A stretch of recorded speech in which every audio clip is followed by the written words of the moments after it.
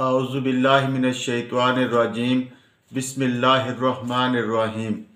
प्यारे दोस्तों, अजीज़ों, बहनों और भाइयों, अस्सलामु अलैकुम। उम्मीद है आप सब खैरियत से होंगे। मैं हूं साजिद शाह और आप देख रहे हैं अल सैयद हेल्थ सेंटर।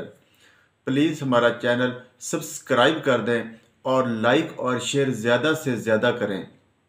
दोस्तों, आजकल पट्ठों और जोड़ों का दर्द बहुत ज़्यादा बढ़ रहा है, जिसकी वजह है हमारी नाकस खुराक। दोस्तों, हमारा लाइफस्टाइल बिल्कुल ख़राब हो गया है। ये मर्ज़ बुज़ुर्गों के अलावा नौजवानों में भी बहुत ज़्यादा बढ़ रहा है, क्योंकि नौजवानों का ज़्यादा वक्त मोबाइल और इंटरनेट के इस्तेमाल में गुजरता है और तफरीही प्रोग्राम, खेल कूद और भाग दौड़ का वक्त बहुत कम मिलता है। सनलाइट में निकलने का मौका बहुत कम मिलता है, जिसकी वजह से बेशुमार बीमारियां जन्म लेती हैं। इन बीमारियों में एक बड़ी बीमारी विटामिन डी की कमी जो परवान चढ़ती है, जो वजह बनती है पट्ठों और हड्डियों के दर्द की और बेशुमार कमज़ोरियों की।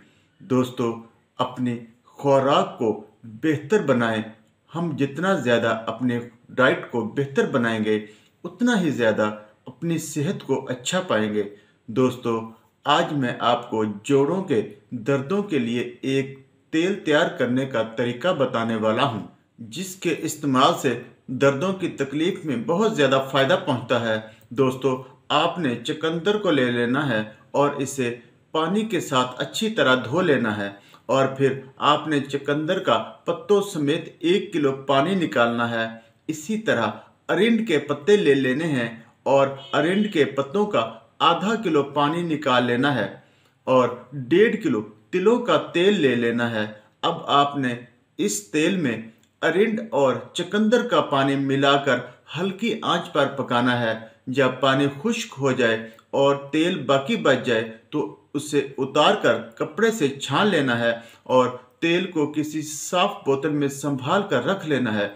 दोस्तों, अगर आपको जोड़ों और पट्ठों में दर्द या सूजन का मसला हो तो आप इस तेल की सुबह शाम मालिश करें। इसके इस्तेमाल से दर्द में बहुत ज़्यादा आफाका होगा और वर्म भी ख़त्म हो जाएगा। दोस्तों, इस तेल के इस्तेमाल से पुरानी जोड़ों की तकलीफ भी ठीक हो जाती है इंशाअल्लाह।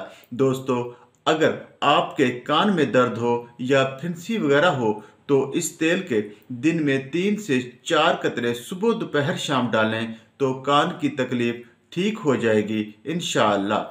और आखिर में मेरी वही गुजारिश कि अपनी सेहत का ख़ास ख्याल रखें, मुतवाज़न और अच्छी ग़िज़ा का इस्तेमाल करें और रोज़ाना सुबह वर्जिश ज़रूर करें।